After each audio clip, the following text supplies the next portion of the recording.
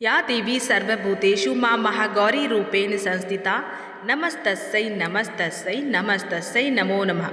जय माता दी। मेरे सभी प्यारे देवी भक्तों, नवरात्रि की इस 8वीं दिव्य रात्रि की पावन बेला में मैं आप सभी का हृदय की गहराइयों से अभिनंदन करती हूँ। आज हम सब केवल एक कथा सुनने नहीं जुड़े हैं, बल्कि माता की भक्ति गंगा में एक ऐसी डुबकी लगाने जा रहे हैं जो हमारे मन को निर्मल और जीवन को धन्य कर देगी। मेरे मन में एक प्रश्न उठता है और मैं जानती हूँ ये आपके मन में भी उठता होगा कि क्या ये संभव है कि घोर अंधकार ही परम प्रकाश को जन्म दे? क्या कठोर तपस्या की अग्नि में तपा हुआ काला कोयला करुणा के गंगा सागर से लुढ़ककर एक अनमोल हीरे में बदल सकता है? कल हमने माता काल रात्रि के उस भयंकर स्वरूप की कथा सुनी थी जो अंधकार का नाश करती है, पर जब सारा अंधकार मिट जाता है तो पीछे क्या बचता है? पीछे बचती है केवल श्वेत, शांत, निर्मल और दिव्य प्रकाश की किरण, और वही किरण है माता महागौरी। आज की इस दिव्य यात्रा में हम जानेंगे कि कैसे माता ने सहस्त्रों वर्षों की कठोर तपस्या से अपने श्याम वरण को एक अलौकिक गौर वरण में बदला था।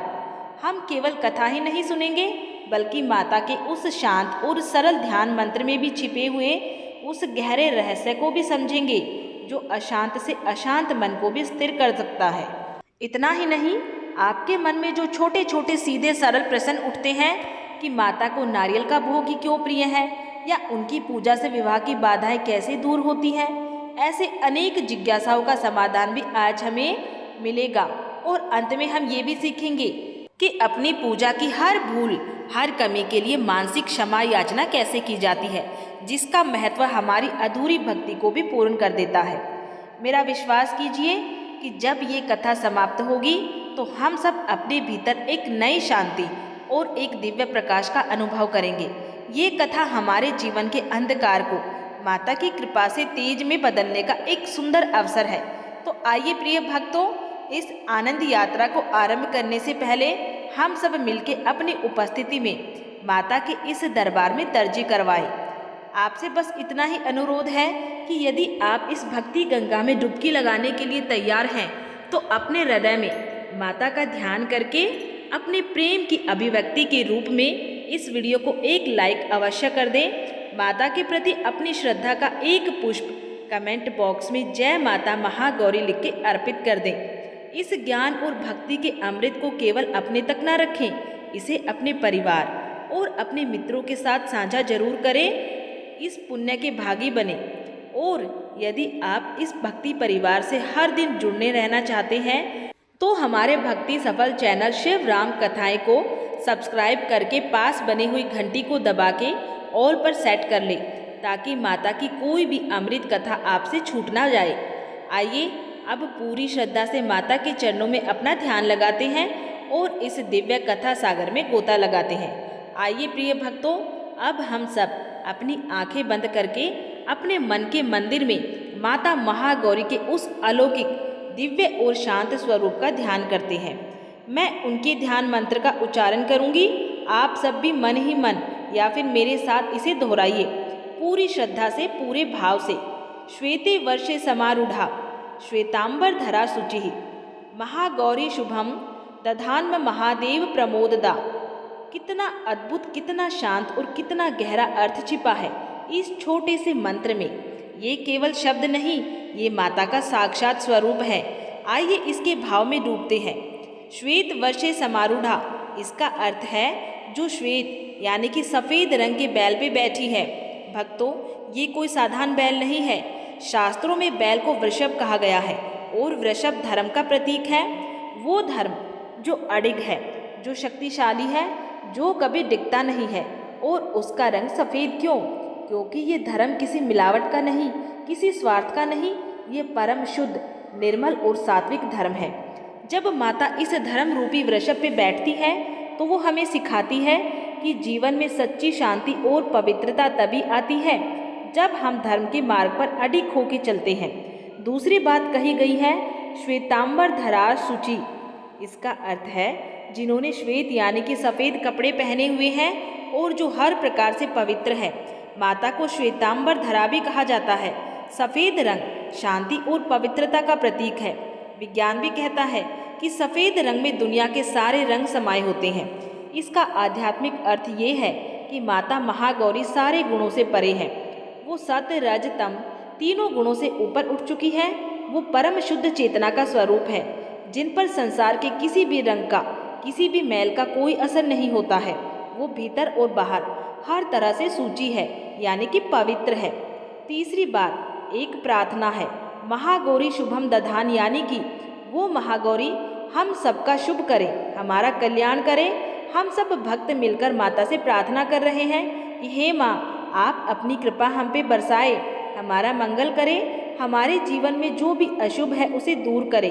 और चौथी सबसे गहरी बात, महादेव प्रमोद, इसका अर्थ है जो महादेव को भी आनंद देने वाली है। सोचिए भक्तों, जो देवों के देव हैं, जो स्वयं आनंद के स्रोत हैं, जो पूरे ब्रह्मांड को अपने भीतर समाये हुए हैं, उन महादेव को भी माता का ये स्वरूप आनंद देता है, प्रसन्नता देता है। ये माता की भक्ति और तप की शक्ति है।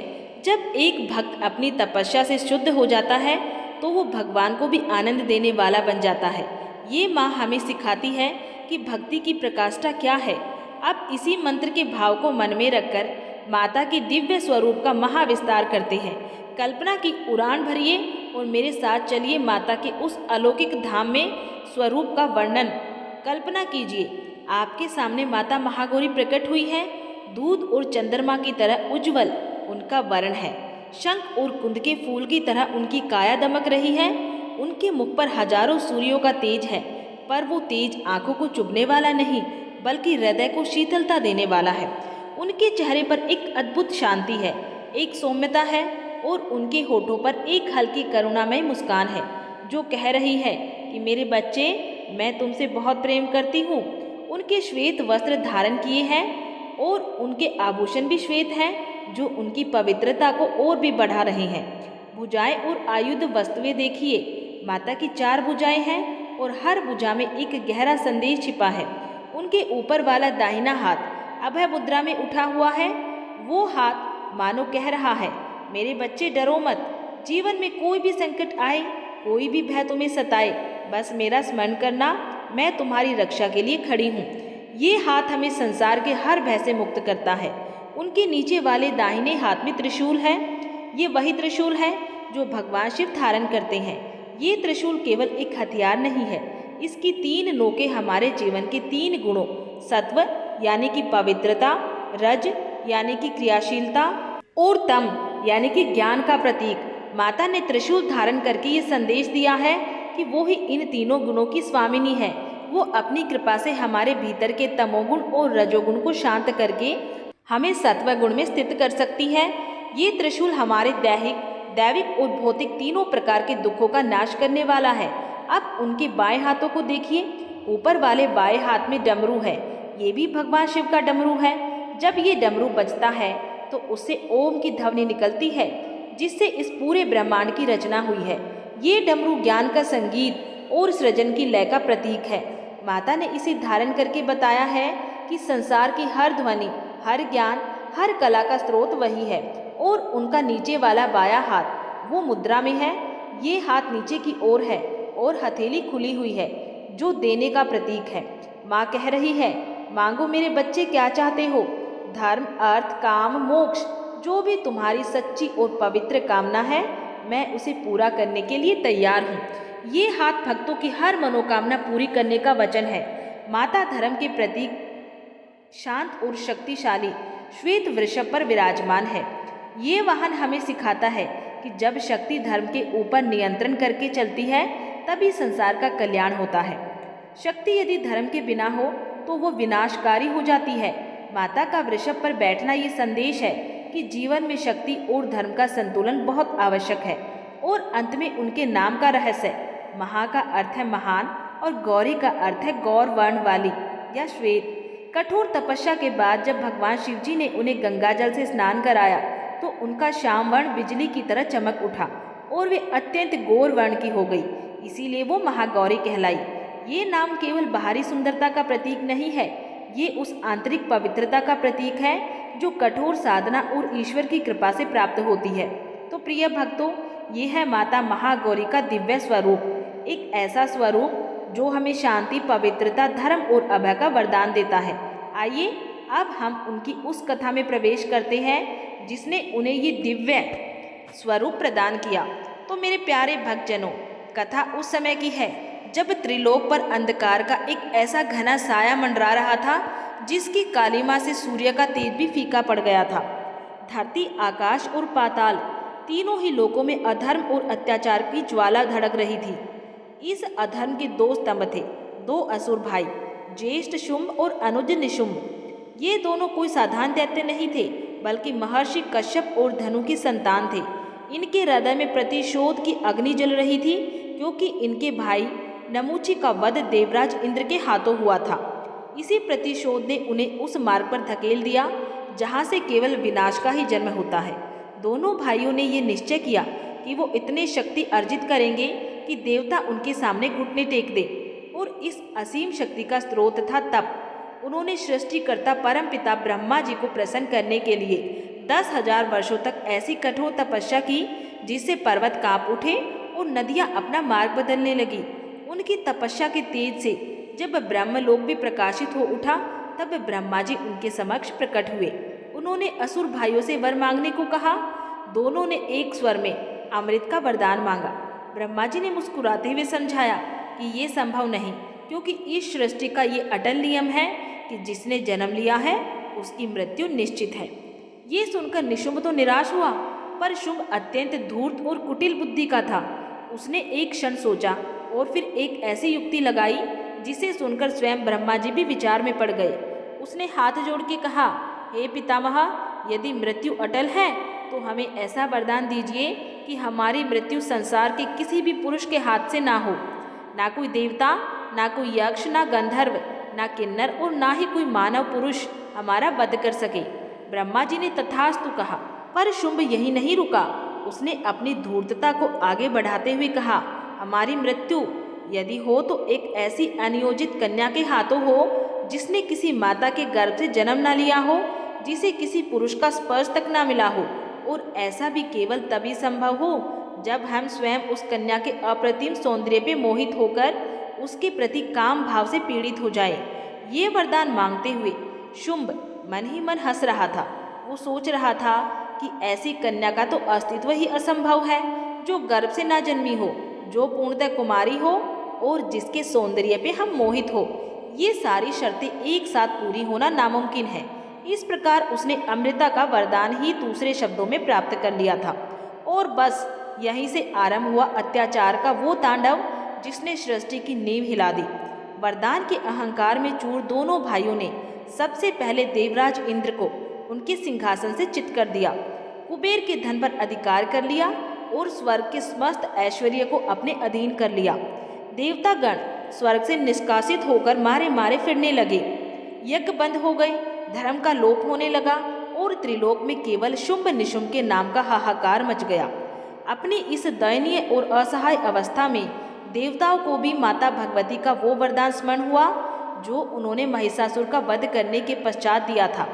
जब भी तुम पर कोई संकट आएगा मुझे स्मरण करना, मैं तुम्हारी रक्षा अवश्य करूंगी। सारे देवतागण मिलके हिमालय की पवित्र कंदराओं में गए और वहां उन्होंने जगत जननी आदि शक्ति की स्तुति आरंभ कर दी। पर भक्तों, एक बात विचार करने की है, जब अधर्म और अत्याचार अपनी चरम सीमा पे पहुंच जाता है, जब दुष्टों का अहंकार आकाश को छूने लगता है, तब माता का केवल शांत और सौम्य स्वरूप पर्याप्त नहीं होता है।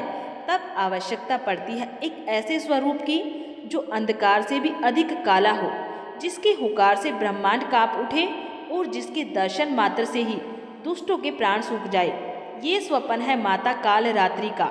उनका स्वरूप कैसा है?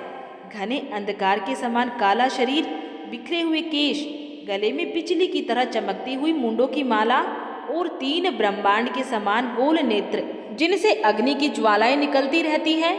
उनके श्वासों से भी अग्नि की भयंकर लपटें निकलती हैं और उनका वाहन है गर्दभ यानी कि गधा। ये स्वरूप देखने में अत्यंत भयानक है, इसीलिए वो भयंकरी कहलाती हैं। परंतु यही माता अपने भक्तों के लिए शुभंकरी है, अर्थात सदैव शुभ फल देने वाली। उनका ये रूप दुष्टों के लिए काल है, पर अपने भक्तों के लिए अभय का वरदान है। वे काल का भी नाश करने वाली शक्ति हैं। शुंभ और निशुंभ जैसे दैत्यों का संहार करने के लिए ऐसी ही किसी परम शक्ति की आवश्यकता थी, पर उनके वरदान की जटिलता ने एक नई लीला का मार्ग खोल दिया था। देवताओं की करुण पुकार सुन के सृष्टिकर्ता ब्रह्मा जी ने उन्हें साथ लेके कैलाश पर्वत पे पहुंचे, जहां देवादिदेव महादेव ध्यान में लीन थे। ब्रह्मा जी ने भगवान शिव जी से हाथ जोड़ के प्रार्थना की। उन्होंने कहा, हे प्रभु, शुंभ निशुंभ के अत्याचार से त्रिलोक त्रस्त है। उनका वध आपके और मेरे हाथों संभव नहीं, क्योंकि उन्हें वरदान है। उनका अंत केवल देवी पार्वती के अंश से उत्पन्न एक अयोनिजा शक्ति ही कर सकती है। इसीलिए हे महादेव, आप कृपा करके कोई ऐसी लीला करें जिससे कि देवी पार्वती अपने श्याम वर्ण के कारण क्रोधित हो और तप करने का निश्चय करे। इसी लीला से उस परम शक्ति का प्रकाट्य संभव होगा। भगवान शिव ने जब ये सुना तो वो गहरे विचार में डूब गए। वे अपनी प्रिय पार्वती, अपनी अर्धांगिनी जो उनके आधे अंग में निवास करती है, उनका अपमान कैसे करें, उनके हृदय को ठेस कैसे पहुंचाए। पर ये जगत कल्याण का प्रसन्न था। ये उनकी और आदि शक्ति की एक दिव्य लीला का ही अंग था, जिसका सूत्रपात अब होना ही था। जगत के माता पिता का ये लीला विहार भी तो जगत की रक्षा के लिए ही था। एक दिन जब कैलाश का वातावरण अत्यंत शांत था और देवी पार्वती शयन कक्ष में विश्राम कर रही थी, तब भगवान शिव जी एकांत में उनके पास पहुँचे। उनके मुख पर एक रहस्यमय मुस्कान थी। उन्होंने बड़े ही स्नेहिल किंतु परिहास भरे स्वर में देवी से कहा, देवी, तुम तो काली हो। अब आप सोच रहे होंगे कि देवी पार्वती का वर्ण श्याम क्यों था। तो प्रिय भक्तों, याद कीजिए उस महातप को जो उन्होंने शिव जी को पति रूप में पाने के लिए किया था। सहस्त्रों वर्षों तक पंचाग्नि में तपते हुए वर्षा की धाराओं को सहते हुए और हिम में गलते हुए उस कठोर तपस्या के कारण ही उनका कोमल शरीर एकदम काला पड़ गया था। उनका वो श्याम वर्ण उनके प्रेम और उनकी तपस्या की निशानी था, और आज उसी श्याम वर्ण पर उनके पति ने परिहास कर दिया। ये एक शब्द, बस ये एक शब्द देवी पार्वती के हृदय में बाण की तरह चुभ गया। ये उनके पति के मुख से निकला था, जिनके प्रेम के लिए उन्होंने ये वर्ण पाया था। उनकी आंखों में पीड़ा और आश्चर्य के भाव एक साथ उमड़ आए। उन्होंने आहत स्वर में भोलेनाथ से कहा, प्रभु, यदि मेरे इस सांवले रंग के प्रति आपके मन में कोई प्रेम नहीं था, तो आपने इतने वर्षों तक अपनी इच्छाओं का दमन क्यों किया? आपने मुझसे विवाह क्यों किया? एक स्त्री के लिए इससे बड़ा दुर्भाग्य क्या होगा कि उसका पति ही उसके रूप रंग का उपहास करे। यदि पति का प्रेम और सम्मान ना मिले तो स्त्री चाहे कितनी भी गुणी क्यों ना हो, उसका जीवन व्यर्थ हो जाता है। आपने एकांत में मेरे जिस रूप का तिरस्कार किया है, मैं अब उस वर्ण को त्याग दूंगी या फिर स्वयं को ही समाप्त कर दूंगी। देवी पार्वती का क्रोध और उनकी पीड़ा देख के भोलेनाथ का हृदय भी द्रवित हो उठा। उन्होंने तुरंत देवी के चरण पकड़ लिए और उन्हें मनाने का प्रयास करते हुए कहा, हे प्रिय, मैंने तो ये केवल हंसी मजाक में कहा था। तुम इस जगत की माता हो और मैं पिता, भला तुम पर मेरा प्रेम कैसे नहीं हो सकता है। हमारा ये लीला विहार भी जगत की रक्षा के लिए ही है, और मेरा ऐसे कहने का सत्य तुम्हें शीघ्र ही पता चल जाएगा। परंतु देवी का स्वाभिमान जाग चुका था। उनका निश्चय अब अटल था। उन्होंने कहा, मेरा शरीर गौर वर्ण का नहीं है, इस बात से आपको दुहक होता है, वरना आप परिहास में भी मुझे काली कलूटी क्यों कहते। अब मैं तपस्या के द्वारा ही इस वर्ण का त्याग करूंगी और गौर वर्ण प्राप्त करूंगी। ये उनका हठ नहीं था, ये एक महासंकल्प था, एक ऐसा संकल्प जो सृष्टि का भाग्य बदलने वाला था, जो देवताओं को अभय और असुरों को मृत्यु देने वाला था। ये कहकर देवी सैया से उठी। उन्होंने अपने पति भगवान शिव जी की परिक्रमा की, अपने हृदय में पति वियोग के दोह को दबाया और तपस्या के लिए हिमालय की ओर प्रस्थान करने को उद्यत हुई। भगवान शिव जी ने भी देवताओं का कार्य सिद्ध करने की इच्छा से उन्हें अधिक नहीं रोका, क्योंकि वो जानते थे कि ये महामाया की एक महालीला का आरंभ है। देवी पार्वती ने कैलाश के सुख और वैभव को त्याग दिया और एक तपस्विनी का वेश धारण कर हिमालय की उन्हीं दुर्गम कंदराओं की ओर चल पड़ी, जहां उन्होंने पहले भी शिव जी को पति रूप में पाने के लिए कठोर तप किया था। उनका तप इतना कठोर इतना दुष्कर था कि उसे देख के स्वयं प्रकृति भी स्तब्ध रह गई। शिव पुराण में उनके इस महातप का अद्भुत वर्णन मिलता है। ग्रीष्म ऋतु की प्रचंड गर्मी में जब सूर्य अग्नि बरसाता है, तब देवी अपने चारों ओर 4 अग्निकुंड जलाकर और ऊपर सूर्य के ताप को सहते हुए इस प्रकार पंचाग्नि के बीच बैठ के पंचाक्षर मंत्र का जाप करती थी। वर्षा ऋतु में जब आकाश से मूसलाधार वर्षा होती थी और बिजलियां कड़कती थी, तब वे एक शिलाखंड पर खुले आकाश के नीचे बैठ के अपने शरीर पर जल की धाराओं को सहती थी। और भयंकर शीतकाल में जब हिमालय बर्फ की चादर ओढ़ लेता था, तब वो बर्फीले जल के मध्य खड़े होके साधना में लीन रहती थी। हजारों वर्ष तक उन्होंने केवल कंदमूल और फल का आहार किया। फिर 100 वर्षों तक केवल शाकपात पर जीवित रही। कुछ वर्ष तक केवल जल और वायु का सेवन किया और फिर उन्हें भी त्याग के निराहार हो गई।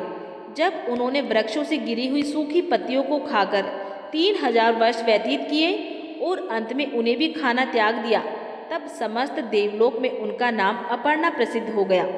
उनकी इस कठोर तपस्या के तेज से तीनों लोग संतप्त हो उठे और सभी को ये चिंता होने लगी कि देवी के इस उग्र तप का परिणाम क्या होगा। देवी अपनी तपस्या में इतनी लीन थी कि उन्हें अपने आसपास के संसार का कोई ज्ञान ही नहीं था। इसी बीच एक दिन एक विशाल भूखा बाघ शिकार की खोज में भटकता हुआ उस तपोवन में आ पहुंचा। उसकी दृष्टि तप में लीन देवी पे पड़ी और उन्हें अपना भोजन बनाने की इच्छा से वो उनकी ओर लपका। परंतु जैसे ही वो देवी के समीप पहुंचा, एक चमत्कार हुआ। देवी के तप से उत्पन्न हो रहे दिव्य आभा मंडल और उनके तेज के प्रभाव से उस बाघ का हिंसक स्वभाव भी शांत हो गया।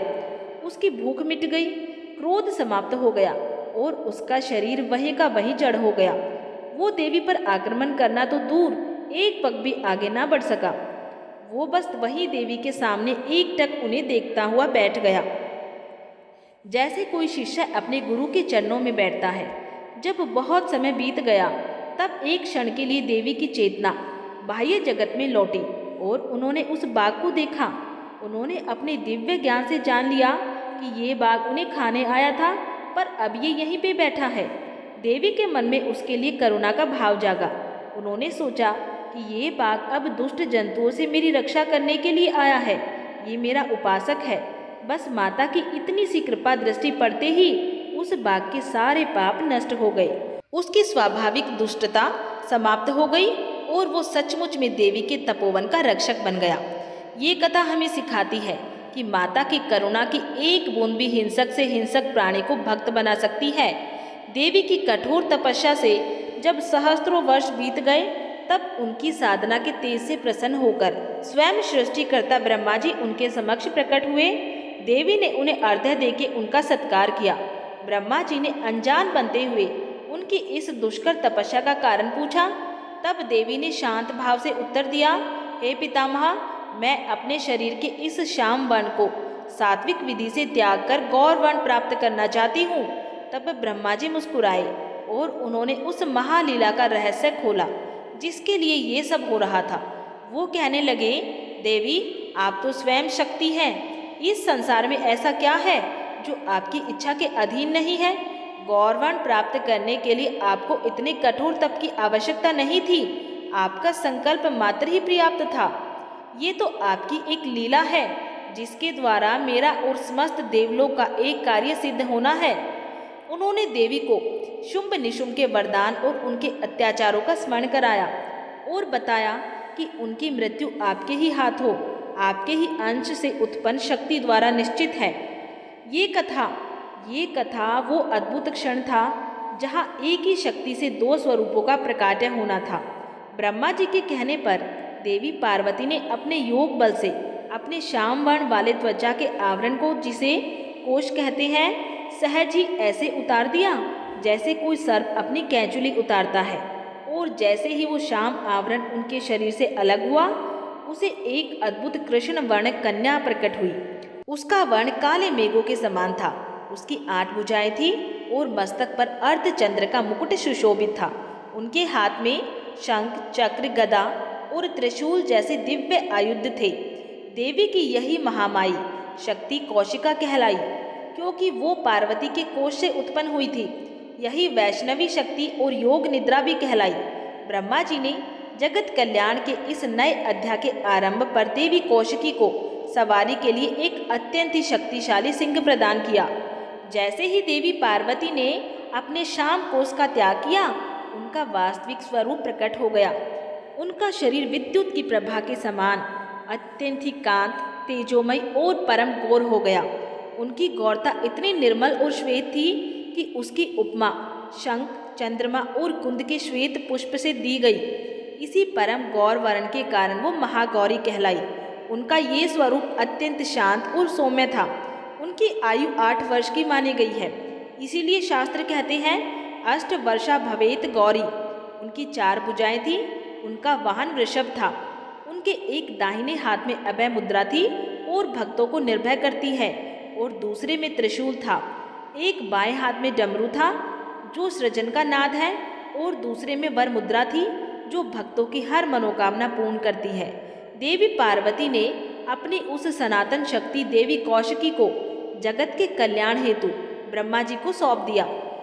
ब्रह्मा जी ने देवी कौशिकी को विंध्य पर्वत पर अपना निवास स्थान बनाने का निर्देश दिया, ताकि वो वहां रहकर दुष्ट शुंभ निशुंभ के आने की प्रतीक्षा कर सके और देवताओं के संकट का निवारण करे।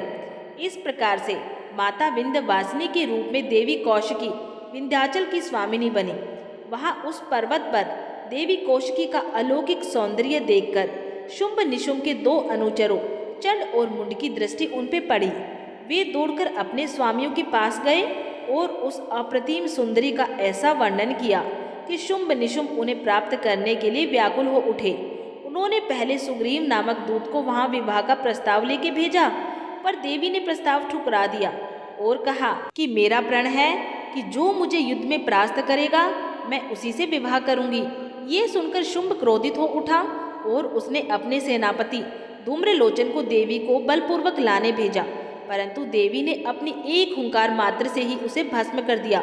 इसके बाद शुंभ ने चंड और मुंड को विशाल सेना के साथ भेजा।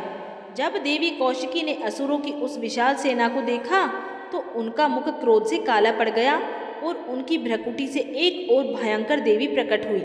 यही थी माता काली, जिन्हें चामुंडा और कालरात्रि भी कहा गया है।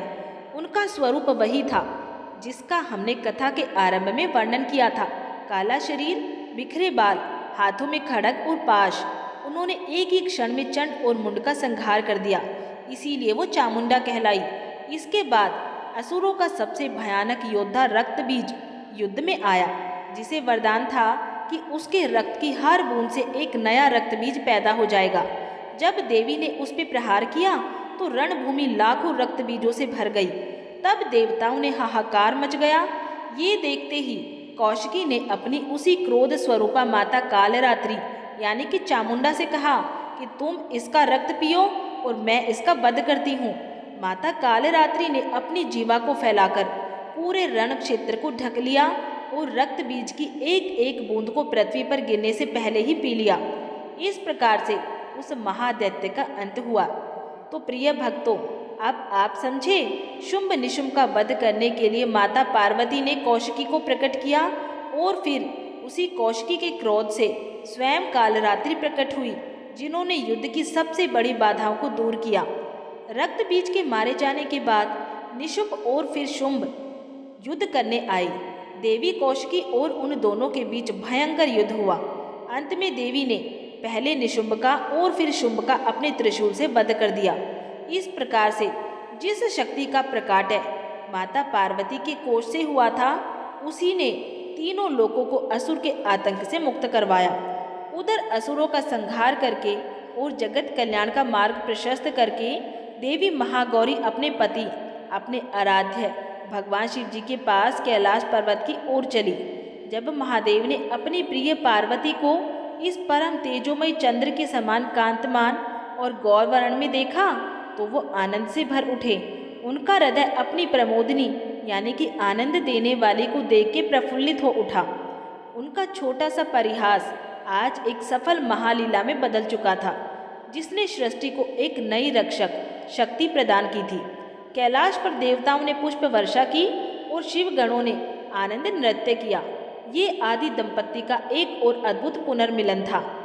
किंतु कैलाश जाने से पहले देवी महागौरी को अपने उस भक्त का ध्यान आया जो वर्षों तक उनकी तपस्या का साक्षी और रक्षक बना रहा।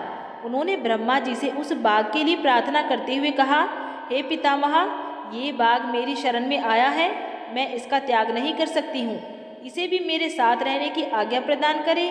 कैलाश पहुंचकर देवी ने उस बाघ को भगवान शिव जी के समक्ष एक भेंट के रूप में प्रस्तुत किया, जिन्होंने अपने पति से कहा कि हे देव, ये बाघ है, मैं आपके लिए लाई हूँ। इसने तपोवन में दुष्ट जंतुओं से मेरी रक्षा की है। ये मेरा अनन्य भक्त है और मेरी प्रसन्नता के लिए अपना वन प्रांत छोड़ के यहाँ आ गया है। यदि आप मुझसे प्रेम करते हैं तो मैं चाहती हूँ कि ये बाघ नंदी की आज्ञा से मेरे अंतपुर के द्वार पर अन्य रक्षकों के साथ निवास करे। भगवान शिव जी उस बाघ की निस्वार्थ भक्ति और निष्ठा से अत्यंत प्रसन्न हुए। उन्होंने कहा, देवी, तुम्हारी इच्छा से ही मेरी आज्ञा है, मैं अत्यंत प्रसन्न हूँ। और भक्तों, उनके इतना कहते ही वो साधारण भाग उसी क्षण एक दिव्य गण में परिवर्तित हो गया। उसने रत्नों से जड़ा कवच और हाथ में सोने की छड़ी धारण कर ली, क्योंकि उस गण ने उमा, जिन्हें सोम भी कहते हैं, और महादेव को आनंदित किया था और नंदी की ही भांति सेवा भाव दिखाया था। इसीलिए वो सोम नंदी नाम से विख्यात हुआ। उसे भगवान शिव जी के अंतपुर के द्वार पर एक गणाध्यक्ष का सम्मानजनक पद प्राप्त हुआ। ये कथा बताती है कि माता की शरण में आने वाले को शिव जी का धाम स्वतः ही प्राप्त हो जाता है। प्रिय भक्तों, माता की लीलाएं अनंत है। मुख्य कथा तो तपस्या की है, पर इसी कथा से कई और अद्भुत धाराएं निकलती हैं जो बहुत कम लोग जानते हैं। ये उपकथाएं माता के स्वरूप को और भी गहराई से समझने में हमारी मदद करती हैं। आइए आज माता महागौरी के कुछ ऐसे ही अनसुने प्रसंगों में गोता लगाते हैं। राक्षस धूम्रलोचन का वध। जब देवी कौशिकी शुंभ निशुंभ का वध करने गई तो उन असुरों ने सबसे पहले अपने एक सेनापति धूम्रलोचन को एक बड़ी सेना के साथ देवी को पकड़ के लाने के लिए भेजा। धूम्रलोचन अत्यंत बलशाली था। उसने माता को ललकारा। तब देवी ने युद्ध नहीं किया, उन्होंने केवल एक हुंकार भरी। उनके मुख से निकली उस ओं की ध्वनि से ही धूम्रलोचन और उसकी सारी सेना जल के भस्म हो गई थी। ये माता की शक्ति का प्रमाण है। उन्हें दुष्टों का नाश करने के लिए अस्त्र शस्त्र उठाने की भी आवश्यकता नहीं है, उनकी एक ध्वनि ही काफी है। ये ध्वनि अज्ञान और अहंकार को नष्ट करने वाली ज्ञान की ध्वनि है। भस्मासुर नहीं, भंडासुर का संहार एक बहुत ही क्रूर कथा ललिता सहस्त्र नाम और ब्रह्मांड पुराण में आती है। जब भगवान शिवजी ने कामदेव को अपने तीसरे नेत्र से भस्म कर दिया था तो शिवजी के एक गण ने खेल खेल में उसे भस्म से एक पुतला बना दिया था।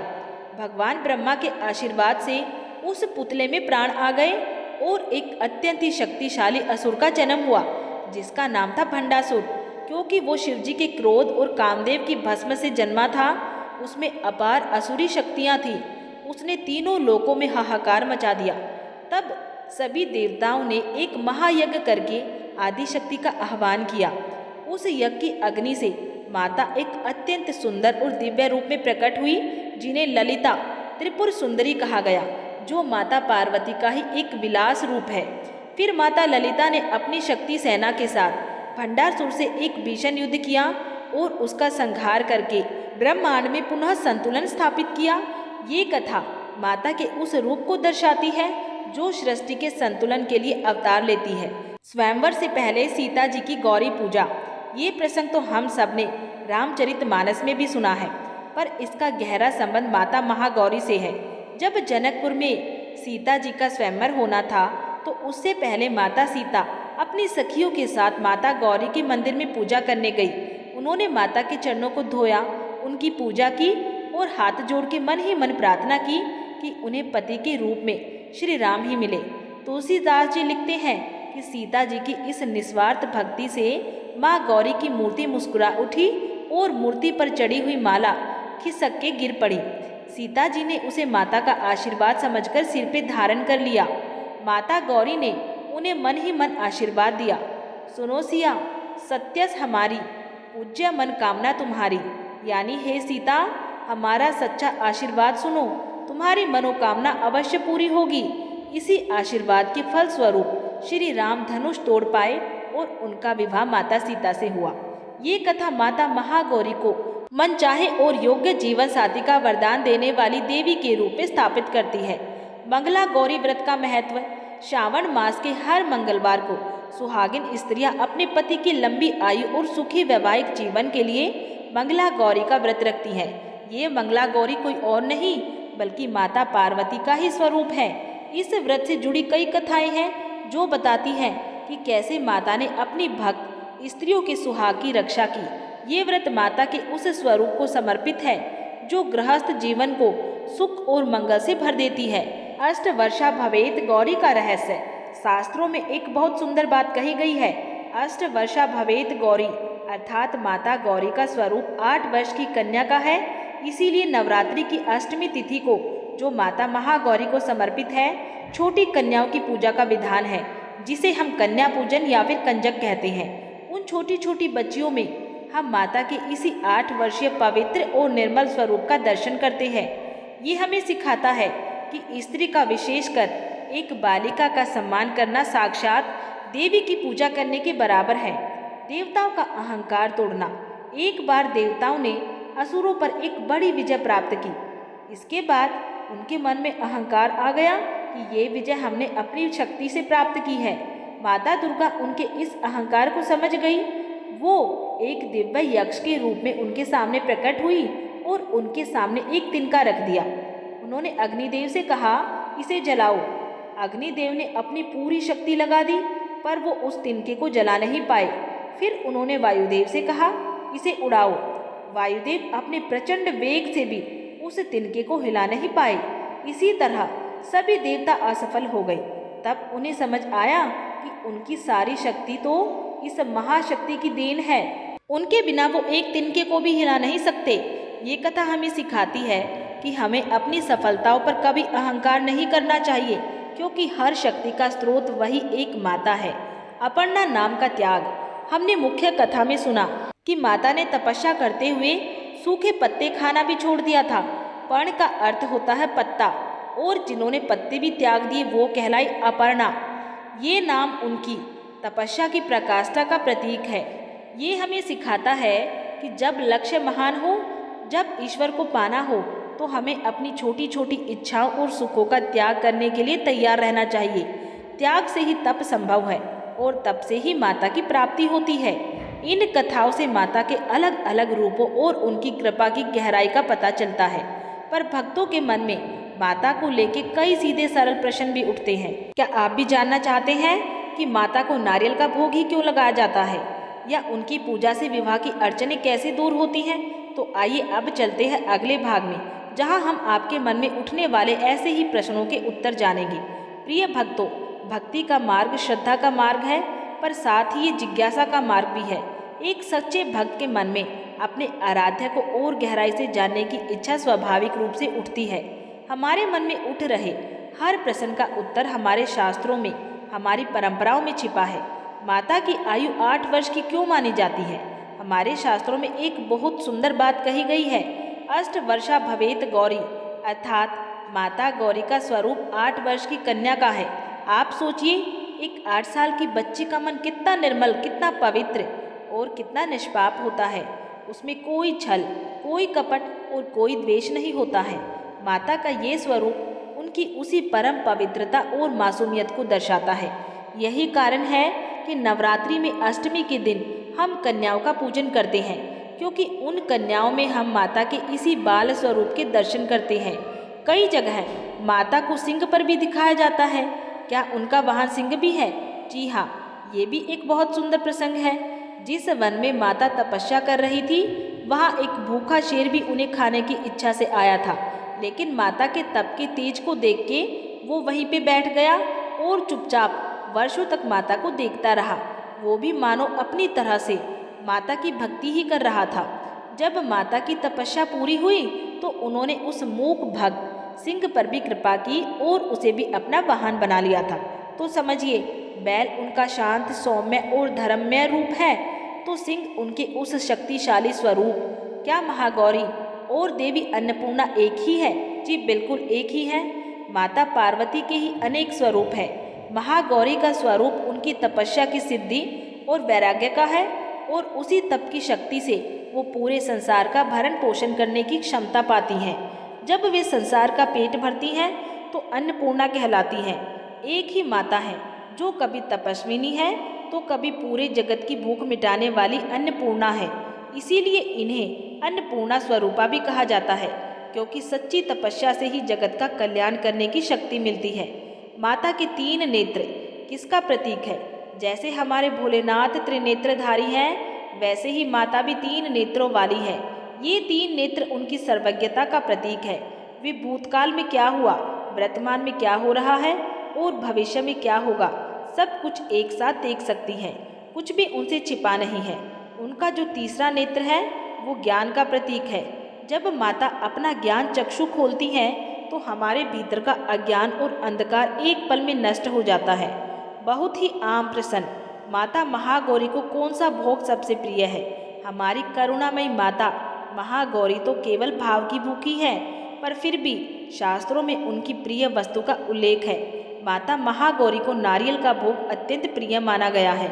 अष्टमी के दिन पूजा में उन्हें एक साबुत नारियल अर्पित करना या फिर नारियल से बनी मिठाई जैसे कि नारियल की बर्फी या लड्डू का भोग लगाना बहुत ही शुभ माना गया है। उन्हें नारियल ही क्यों चढ़ाया जाता है? इसके पीछे एक बहुत गहरा आध्यात्मिक रहस्य छिपा है।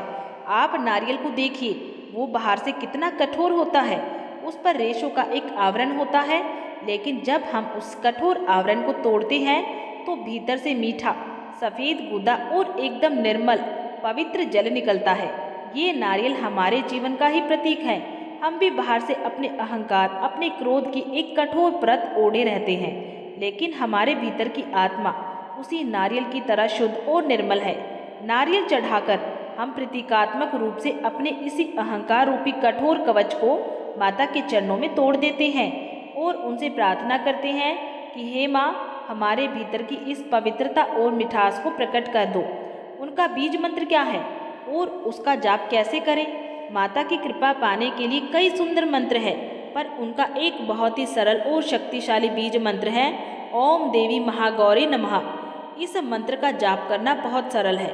अष्टमी के दिन या फिर किसी भी दिन आप सुबह स्नान करके सफ़ेद या पीले वस्त्र पहनकर सफ़ेद आसन पर बैठ जाएं। माता की तस्वीर के सामने सफ़ेद फूल अर्पित करें और फिर तुलसी या स्फटिक की माला पर शांत मन से 108 बार इस मंत्र का जाप करें। ये मंत्र मन में अद्भुत शांति और सकारात्मक ऊर्जा का संचार करता है। अष्टमी के दिन कन्या पूजन का इतना महत्व क्यों है? जैसा कि हमने पहले भी बात की है, माता का स्वरूप 8 वर्ष की कन्या का माना गया है। इसीलिए अष्टमी के दिन, जिसे हम महाअष्टमी भी कहते हैं, उसे वर्ष की कन्याओं को साक्षात माता का स्वरूप मान के पूजा जाता है। उन्हें आदर से घर बुलाकर, उनके पैर धोकर, उन्हें प्रेम से भोजन कराकर और छोटे छोटे उपहार देकर हम वास्तव में माता के उसी बाल रूप की आराधना करते हैं। ये नवरात्रि के 9 दिनों की पूजा का सार माना जाता है। कहते हैं कि कन्या पूजन के बिना नवरात्रि का व्रत और पूजा का पूरा फल नहीं मिलता है, मानो हमारी पूजा अधूरी रह जाती है। कन्या पूजन के पीछे की कथा क्या है? इससे जुड़ी कई कथाएं प्रचलित है। एक कथा के अनुसार जब देवताओं की प्रार्थना पर माता ने दुष्टों का संहार करने का प्रण लिया तो उन्होंने एक छोटी सी कन्या का रूप धारण करके ही कालासुर नामक एक भयंकर दैत्य का वध किया था। एक और सुंदर मान्यता है कि जब माता ने महिषासुर का वध कर दिया तो सभी देवताओं ने उनका आभार प्रकट करने के लिए और उनकी पूजा करने के लिए एक कन्या रूप में उन्हें आमंत्रित किया था। तभी से ये दिव्य परंपरा चली आ रही है।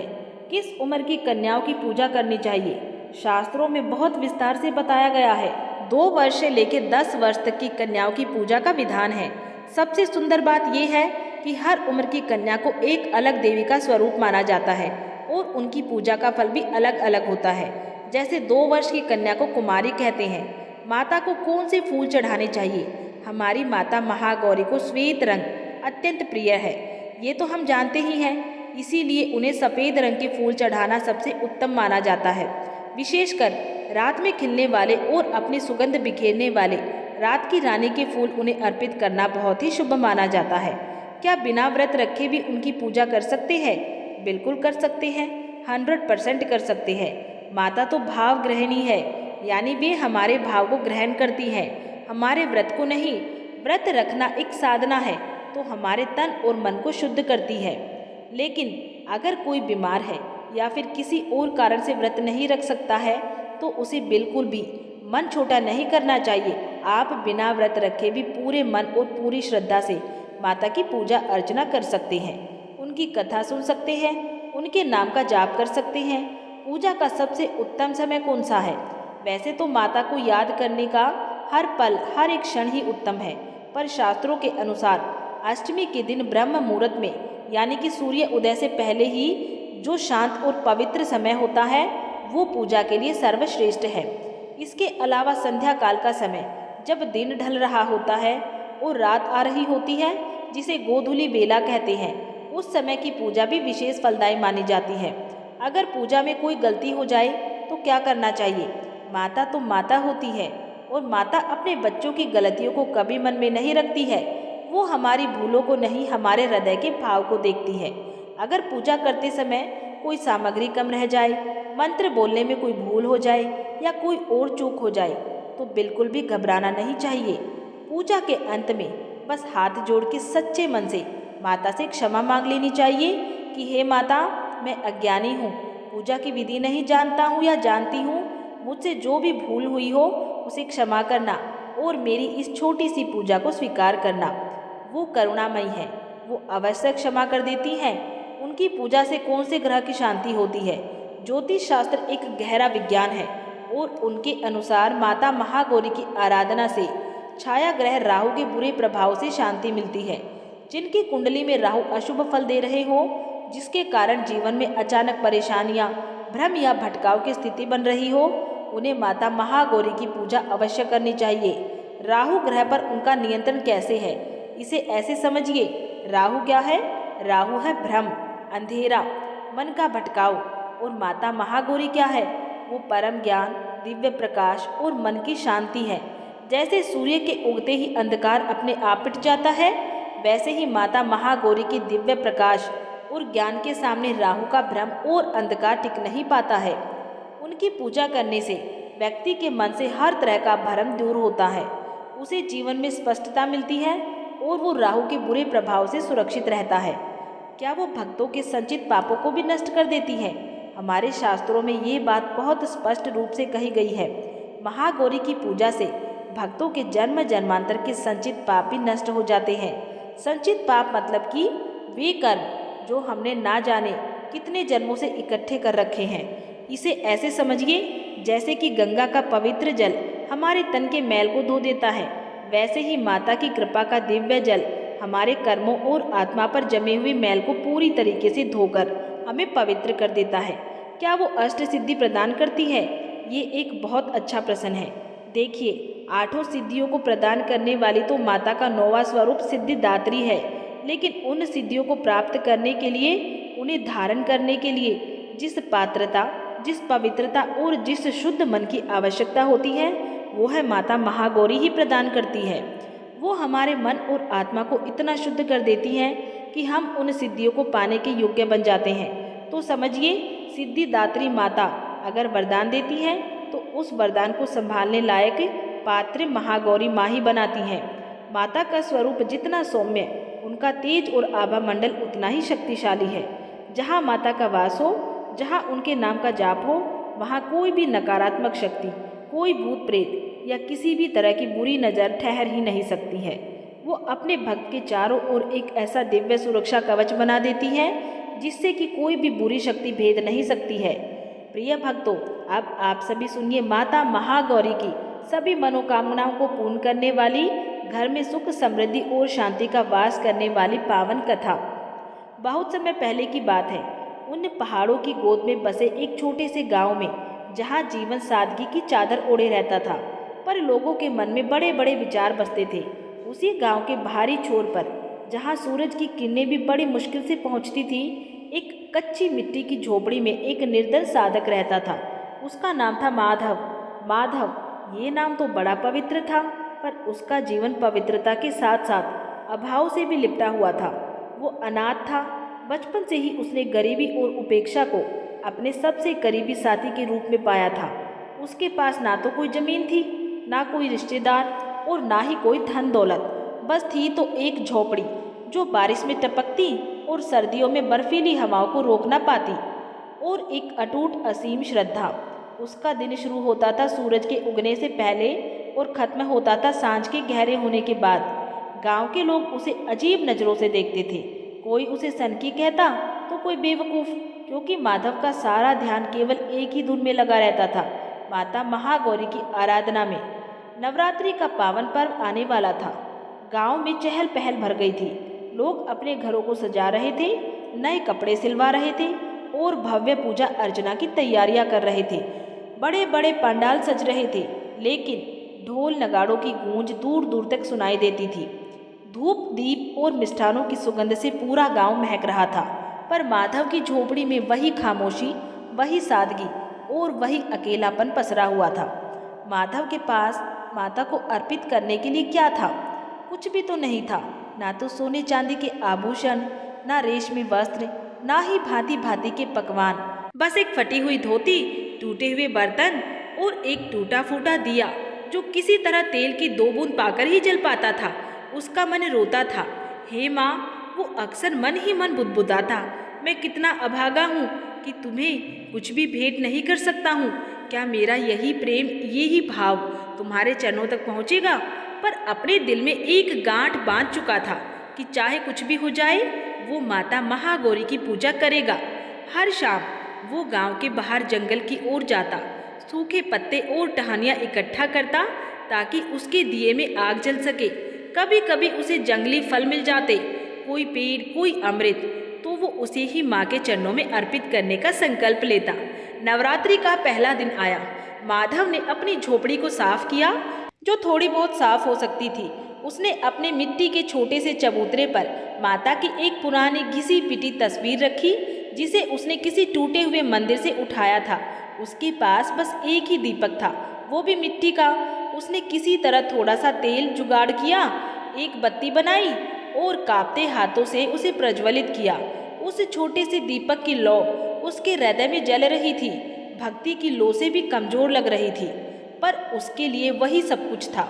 उसने अपनी झोपड़ी के बाहर से 1-2 फूल तोड़ लिए जो सूखने की कगार पे थे और उन्हें माता की तस्वीर के पास रख दिया। गांव के कुछ लोग उधर से गुजरे। उन्होंने देखा माधव को उस झोपड़ी में उस छोटे से दीपक और कुछ सूखे फूलों के साथ पूजा करते हुए। अरे देखो, ये माधव फिर शुरू हो गया है, एक ने हंसते हुए कहा। क्या मिलेगा तुझे? ऐसे तो गरीब था, गरीब ही रहेगा, दूसरे ने ताना मारा। एक अधेड़ उम्र की औरत जो खुद को बहुत धर्मी मानती थी, वो बोली, अरे पगले, देवी देवता तो पैसे वालों की सुनते हैं। देख, हम इतने बड़े बड़े भोग लगा रहे हैं, दान पुण्य कर रहे हैं, तेरा ये एक दिया और ये सूखे फल क्या करेंगे? माधव ने उसकी बातें सुनी। उसके सीने में एक दर्द की लहर उठी, पर उसने अपनी पलकें नहीं उठाई। उसकी आंखों से 2 बूंद आंसू छलके और सीधे मिट्टी में समा गई। पृथ्वी माता, जो उसकी हर सांस, हर आंसू की गवाह थी, उसने मानो उस आर्द्रता को अपने भीतर सोख लिया हो। उन्हें माधव की पीड़ा महसूस हुई। वो जानती थी कि माधव का हृदय कितना शुद्ध है। दिन बीतते गए। नवरात्रि का दूसरा, तीसरा, चौथा, हर दिन माधव की परीक्षा लेता था। सर्दी बढ़ रही थी, भूखे पेट की आग उसके शरीर को कमजोर कर रही थी, पर उसके मन में माता के प्रति श्रद्धा की अग्नि और तेज होती जा रही थी। वो गांव से दूर जंगल के रास्ते पे चलता, कभी कभी तो कई मील की पैदल यात्रा करता, सिर्फ एक ताज़ा फूल या एक मीठा फल ढूंढने के लिए। कई बार तो उसे खाली हाथ ही लौटना पड़ता। वो झोपड़ी में बैठता, अपनी जर्जर काया को समेटे और आंखें बंद कर लेता। माता की उस पुरानी तस्वीर के सामने वो घंटों बैठा रहता। माँ, वो फुसफुसाता, मेरी भूख, मेरा अकेलापन, ये सब मुझे तोड़ नहीं पाएंगे। मुझे बस तुम्हारी कृपा चाहिए। क्या तुम सच में मुझे नहीं सुनती? उसकी आवाज़ में एक दर्द था, एक तड़प थी जो सीधे आत्मा को भेद रही थी। गांव वालों का मजाक और बढ़ता गया। पिछली बार माता ने क्या दिया था तुझे? एक लड़का चिल्लाया। एक ने कहा, अगली नवरात्रि तक तो भिखारी ही रहेगा ये सब सुन के माधव के दिल पे चोट लगती, एक असहनीय पीड़ा होती।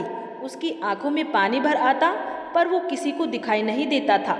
वो मिट्टी के चबूतरे पर सिर टिका के रोता और पृथ्वी माता उसके आंसुओं को अपने आंचल में समेट लेती। उन्हें महसूस होता कि कैसे इस अबोध भक्त का हृदय अपनी माता के लिए तड़प रहा है। वो अपनी समस्त शक्ति से माधव की भक्ति को स्वर्ग तक पहुंचाने का प्रयास करती। छठा दिन, सप्तमी का पावन पर्व। गांव में माता की चौकी और जागरण हो रहे थे। माधव की झोपड़ी में केवल उसकी सिसकियों की आवाज़ थी। इस दिन उसे एक भी फल नहीं मिल पाया था। उसका दिया भी मुश्किल से जगमगा रहा था, क्योंकि तेल पूरी तरीके से खत्म होने वाला था। आज क्या अर्पित करूं माता को? उसके सूखे गले से आवाज़ नहीं निकल रही थी। मेरे पास तो कुछ भी नहीं बचा है। क्या क्या आज तुम मुझसे रूठ जाओगी? उसकी आंखों से आंसू झरझर बहने लगे। वो अपनी छाती पीटते हुए बोला, हे माँ, अगर मेरी भक्ति में कोई कमी है तो मुझे क्षमा कर देना, पर मेरा ये हृदय, ये आत्मा तुम्हारी ही है। मेरा ये शरीर भले ही टूटने वाला हो, पर मेरा विश्वास कभी नहीं टूटेगा माँ, कभी नहीं। वो वही मिट्टी के फर्श पर माता की तस्वीर के सामने अश्रुपूर्ण आंखों से प्रार्थना करता रहा और उसी हालत में उसे नींद आ गई। रात ढल रही थी और अष्टमी का पावन प्रभात आ रहा था। वो रात इतनी ठंड और अंधेरी थी कि माधव का शरीर कांप रहा था, पर उसके अंदर एक अजीब सी गर्माहट महसूस हो रही थी। एक सपना या एक एहसास। उसे लगा कि कोई उसके माथे को सहला रहा है। एक मधुर सुगंध उसकी नाक में भर गई, ऐसी सुगंध जो उसने पहले कभी नहीं सूंघी थी। सुबह हुई, अष्टमी का पवित्र दिन। माधव की नींद खुली तो उसने देखा कि उसके छोटे से दिए की लौ, जो रात को बुझने वाली थी, अभी भी शांति से जल रही थी और उस लौ से एक अद्भुत प्रकाश निकल रहा था। वो चकाचौंध करने वाला नहीं था, बल्कि एक शीतल दिव्य प्रकाश था जो उसकी पूरी झोंपड़ी को रोशन कर रहा था। ये कोई सामान्य प्रकाश नहीं था, इसमें एक अलौकिक तेज था, एक ममता थी और एक प्रेम था। माधव ने आंखें खोली। ये क्या है? वो धीरे से बोला। उसने देखा कि उसकी कच्ची टूटी फूटी झोपड़ी की दीवारें उस प्रकाश से जगमगा रही थी, जैसे उनमें से कोई हीरा चमक रहा हो। प्रकाश धीरे धीरे और घना होता गया। उसी प्रकाश के बीच से माधव ने देखा कि माता महागौरी स्वयं प्रकट हो रही थी। उनका स्वरूप अत्यंत ध्वल, शांत और तेजोमयी था। श्वेत वस्त्रों में सजी, गले में श्वेत पुष्पों की माला, हाथों में त्रिशूल और डमरू लिए वो सिंह पे आरूढ़ थी। उनके मुखमंडल पर एक ऐसी मुस्कान थी जो तीनों लोगों की ममता को अपने में समेटे हुए थी। उनकी आंखों में असीम करुणा थी जो सीधे माधव के हृदय में उतर गई। माधव का हृदय धड़क उठा। ये क्या था? सपना? जादू? नहीं, ये हकीकत थी। उसकी आंखों से आंसू की धारा बह निकली। ये दुख के आंसू नहीं थे, ये तो असीम सुख, कृतज्ञता और प्रेम के आंसू थे। वो वही जमीन पे, उस मिट्टी में जहाँ उसके आंसू वर्षों से गिरते रहे थे, माता के चरणों में गिर पड़ा। उसकी आवाज़ गले में अटक गई थी। वो कुछ कह भी नहीं पा रहा था, बस रो रहा था। रो रहा था खुशी से, रो रहा था अपने जीवन की सारी पीड़ाओं के अंत से। हे माँ, हे माँ, हे मेरी माँ, वो जैसे तैसे फुसफुसाया। तुम सच में आ गई मुझ अभागे के पास, मेरी झोपड़ी में। उसकी आंखों से बहते हुए आंसू माता के चरणों को भिगो रहे थे। माता महागौरी ने अपनी मीठी अमृत सी आवाज में कहा, उठो वत्स, उठो मेरे प्यारे भक्त, तेरी भक्ति ने ही मुझे यहाँ खींचा है। तूने अपने भाव से मुझे धरती पर आने के लिए विवश कर दिया है। तेरे एक छोटे से दीपक की लौ, तेरे एक फल की भेंट मेरे लिए हीरे मोती से भी अनमोल है। मैंने तेरी हर सांस, हर पीड़ा, हर आंसू को देखा है। माधव ने डरते डरते आंखें उठाई। माता का मुखमंडल देखकर उसे लगा जैसे उसे स्वर्ग मिल गया हो। उसकी सारी वेदनाएं, सारा दुख एक ही पल में धुल गया। उसने महसूस किया कि उसकी वर्षों की तपस्या, उसका अटूट विश्वास आज सफल हो गया है। माता ने अपना वृद्ध हस्त उसके सिर पे रखा। उस स्पर्श से माधव के पूरे शरीर में एक दिव्य ऊर्जा का संचार हो गया। उसकी सारी थकान, सारी कमजोरी दूर हो गई। आज से माता ने कहा, तेरे जीवन में कोई अभाव नहीं रहेगा। तेरी झोपड़ी जो आज तक अंधेरे में थी, अब उजाले से भर जाएगी। तेरी झोली जो आज तक खाली थी, सुख और समृद्धि से परिपूर्ण होगी।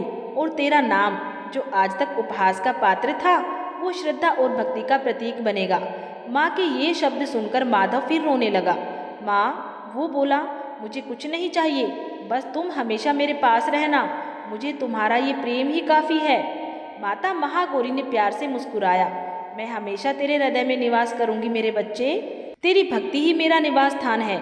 ये कहकर माता का दिव्य प्रकाश धीरे धीरे शांत होने लगा और वो धीरे धीरे अदृश्य हो गई, पर उनकी छवि माधव की आंखों और उसके हृदय में सदा के लिए बस गई थी। जब प्रकाश पूरी तरीके से शांत हो गया तो माधव उठा। उसकी झोपड़ी अब वैसी नहीं थी जैसी पहले थी। उसकी दीवारों पर सुनहरी चमक थी। उसके बर्तन मिट्टी के नहीं बल्कि पीतल के थे और उसकी झोली में जहाँ कभी कुछ नहीं था, अब फल, अन्न और कुछ सिक्के थे। ये सब कोई जादू नहीं था, ये तो माता की कृपा थी, उसकी भक्ति का फल था। गांव के लोग जब सुबह उठे तो उन्हें माधव की झोपड़ी से आती एक अजीब सी सुगंध महसूस हुई। कुछ दूरी से ही उन्हें झोपड़ी के चारों ओर एक सुनहरी आभा दिखाई दे रही थी। वे सब हैरान थे। उन्होंने माधव को देखा। उसके चेहरे पर एक अलौकिक शांति और तेज था। उसकी आंखें लाल थी पर उनमें एक दिव्य चमक थी। अरे माधव, ये क्या हुआ? एक ग्रामीण ने हिम्मत करके पूछा। माधव ने मुस्कुराते हुए कहा, मेरी माँ आई थी। उसकी आवाज में ऐसा भाव था, ऐसी सच्चाई थी कि किसी को उस पर संदेह नहीं हुआ। धीरे धीरे माधव के जीवन में बदलाव आने लगा। उसे काम मिलने लगे और जो काम वो करता था उसमें उसे अद्भुत सफलता मिलती थी। लोग उसे सम्मान देने लगे। उसकी झोपड़ी अब एक सुंदर कुटिया में बदल गई थी, जो हमेशा साफ सुथरी रहती और जहां हर शाम को माता के नाम का दीपक जगमगाता था। गांव के वही लोग जो कभी उसका मजाक उड़ाते थे अब उसके पास आते थे। माधव भैया, वो कहते, हमें भी तुम्हारी तरह भक्ति करनी सिखाओ, हमें क्षमा कर दो कि हमने कभी तुम्हारा उपहास किया। माधव ने कभी किसी को ताना नहीं मारा, कभी अपने बदले की भावना नहीं ली। उसने बस मुस्कुराते हुए कहा, माता किसी का बुरा नहीं करती है, बस हृदय से भाव होना चाहिए। वो सामग्री नहीं बल्कि सिर्फ तुम्हारा प्रेम देखती है। माधव ने अपना सारा जीवन माता की सेवा और लोगों की भलाई में लगा दिया। उसने अपनी कमाई से एक छोटा सा मंदिर बनवाया जहां हर जरूरतमंद को खाना मिलता और हर दुखी को सांत्वना मिलती। उसकी कथा गांव-गांव फैली और लोग उसे भक्त माधव के नाम से जानने लगे। उसकी कथा इस बात का प्रमाण थी कि सच्ची श्रद्धा और अटूट विश्वास ही सबसे बड़ा धन है।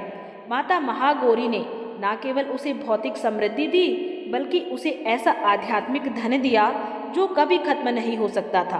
पृथ्वी माता जिसने उसके आंसुओं को सोखा था, उसकी भक्ति की सबसे बड़ी साक्ष्य थी और उनके माध्यम से ही माधव की पुकार माता के चरणों तक पहुंची थी। तो देखा, ये है सच्ची भक्ति की शक्ति।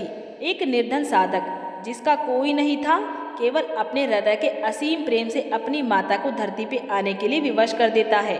ये कथा हमें सिखाती है कि ईश्वर धन दौलत नहीं देखते, वो सिर्फ सच्चा भाव और शुद्ध हृदय देखते हैं। और ऐसे हृदय की पुकार माता कभी अनसुनी नहीं करती है, कभी नहीं। ये है सनातन धर्म की वो भावभूमि जहाँ प्रेम और विश्वास सबसे बड़ी पूजा है। और माँ, वो तो अपनी संतान की एक पुकार पे दौड़ी चली आती है, चाहे वो कितनी भी दूर क्यों ना हो। बस एक सच्चे दिल से पुकारने वाला चाहिए, एक सच्चा भक्त, जैसे हमारा भक्त माधव था। उसकी कथा सुन के क्या तुम्हारी आंखों में पानी नहीं आया? उसका दर्द, उसका विश्वास और फिर माता की कृपा, सच में दिल पिघल जाता है। प्रिय भक्तों, इस वीडियो में माता महागौरी की पावन व्रत कथा यहीं पे समाप्त होती है। बोलिए माता महागौरी की जय। अब हम सब मिलकर उसी बच्चे की तरह अपनी करुणामयी माता महागौरी से क्षमा याचना करेंगे। प्रिय भक्तों, जब हम अपनी पूजा, अपनी भक्ति को पूरा कर लेते हैं तो अंत में एक बहुत ही महत्वपूर्ण पड़ाव आ जाता है जिसे हम क्षमा याचना कहते हैं। अब आप सोच रहे होंगे कि इसकी क्या आवश्यकता है, इसका महत्व क्या है और इससे लाभ क्या मिलता है। तो चलिए पहले इसी रहस्य को समझते हैं। देखिए, हम सब मनुष्य हैं और भूल करना, गलती करना हमारा स्वभाव है। जब हम भगवान की पूजा करने बैठते हैं तो हम कितनी भी कोशिश क्यों ना कर लें, कोई ना कोई कमी रह ही जाती है। कभी मंत्र बोलने में कोई चूक हो जाती है, कभी पूजा की किसी सामग्री में कमी रह जाती है और सबसे बड़ी बात, पूजा करते हुए भी हमारा मन यहाँ वहाँ भटक जाता है। तो क्या हमारी पूजा व्यर्थ हो गई? नहीं, बिल्कुल नहीं। इसीलिए हमारे ऋषि मुनियों ने हमें क्षमा याचना का ये सुंदर मार्ग दिखाया है। क्षमा याचना का अर्थ है अपनी भूल को स्वीकार करना और अपने अहंकार को माता के चरणों में समर्पित कर देना। ये कहने का एक विनम्र तरीका है कि हे माँ, मैं स्वर्ग गुण संपन्न नहीं हूँ। मैं एक साधारण बालक या बालिका हूँ जिसमें हजार कमियाँ हैं।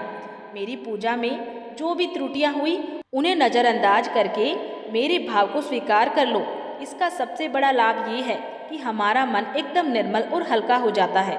जैसे एक बच्चा कोई गलती करके जब तक अपनी माँ से कह नहीं देता, उसके मन पर एक बोझ रहता है, और जैसे ही माँ उसे गले लगा के कहती है कोई बात नहीं, उसका सारा बोझ उतर जाता है। ठीक वैसे ही हमारे साथ भी होता है। क्षमा याचना भक्त और भगवान के बीच के संबंध को और भी गहरा और भी मधुर बना देती है। ये हमारी अधूरी पूजा को भी पूर्ण कर देती है।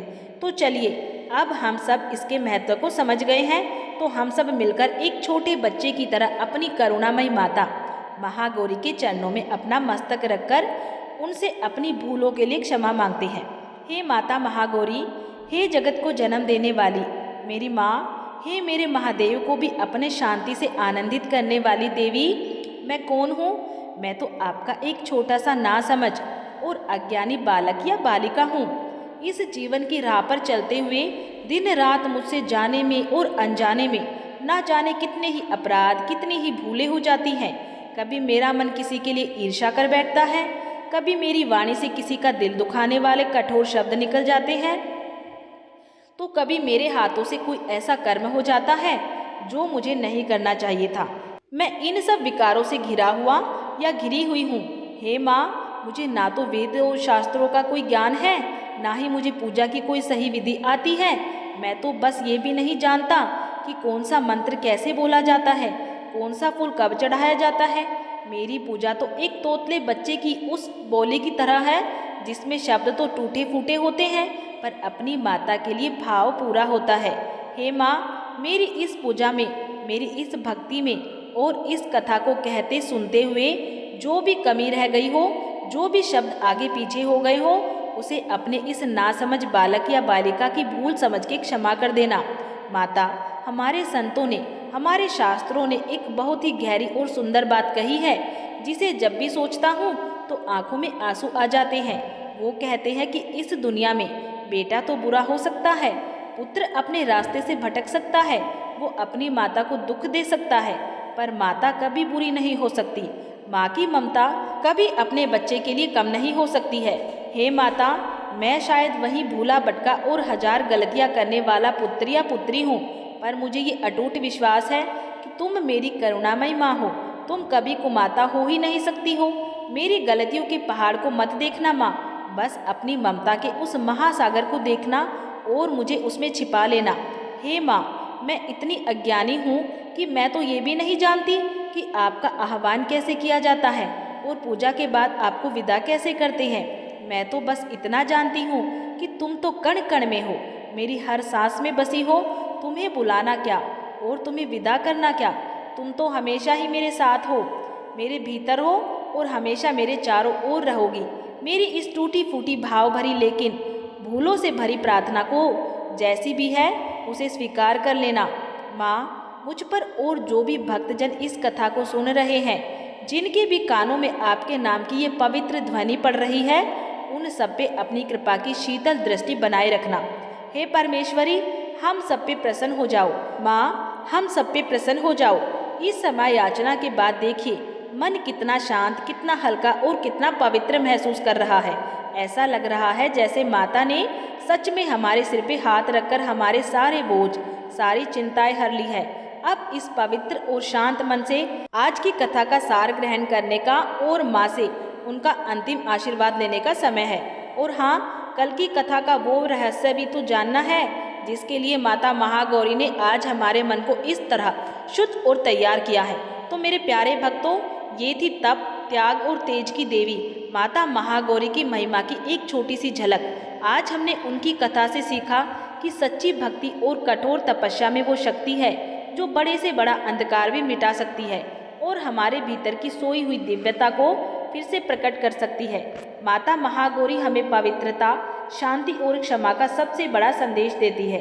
मैं माता महागौरी से दोनों हाथ जोड़ के प्रार्थना करती हूँ कि वो आपके और आपके पूरे परिवार के सभी जाने अनजाने पापों को और जीवन के कष्टों को अपनी कृपा रूपी गंगा से धो दे और आपके जीवन को अपनी दिव्य श्वेत आभा से अपनी शांति से भर दे। जो विवाह के अभिलाषी है उन्हें माता मन चाहा जीवन साथी प्रदान करे, जो संतान चाहते हैं उनकी गोद भरे, जो आर्थिक संकट में है उनके भंडार भरे और जो मन की शांति खोज रहे हैं माता उनके हृदय में वास करे।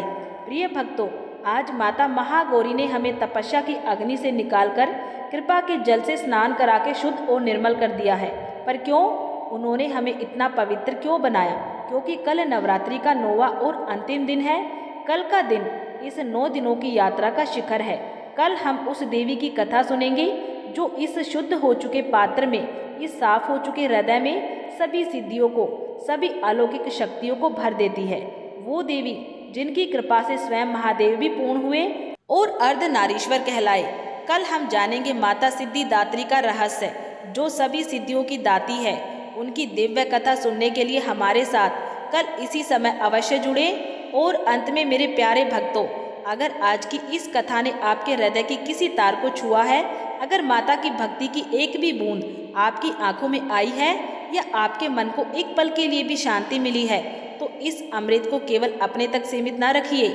इस वीडियो को लाइक करके माता के प्रति अपना प्रेम प्रकट कीजिए। इसे अपने परिवार और मित्रों के साथ साझा करके इस ज्ञान गंगा को औरों तक भी पहुंचाइए, क्योंकि ज्ञान और भक्ति बांटने से बढ़ती है। और इस भक्ति यात्रा में हमारे साथ हर दिन बने रहने के लिए, हमारे इस परिवार का हिस्सा बनने के लिए भक्ति चैनल शिव राम कथाएं को सब्सक्राइब करके और घंटी का निशान है जिसे दबा करके ऑल पर सेट कर लीजिए, ताकि माता की कोई भी दिव्य कथा आपसे कभी छूट ना जाए। और अब सब मिलके माता का जयकारा लगाएंगे पूरे भाव से, पूरे प्रेम से, पूरी श्रद्धा से। बोलिए माता महागौरी की जय। सारे बोलिए जय माता दी, जोर से बोलिए जय माता दी। भाई मेरी सचियां जोता वाली माता तेरी सदा ही जय। बोल साचे दरबार की जय।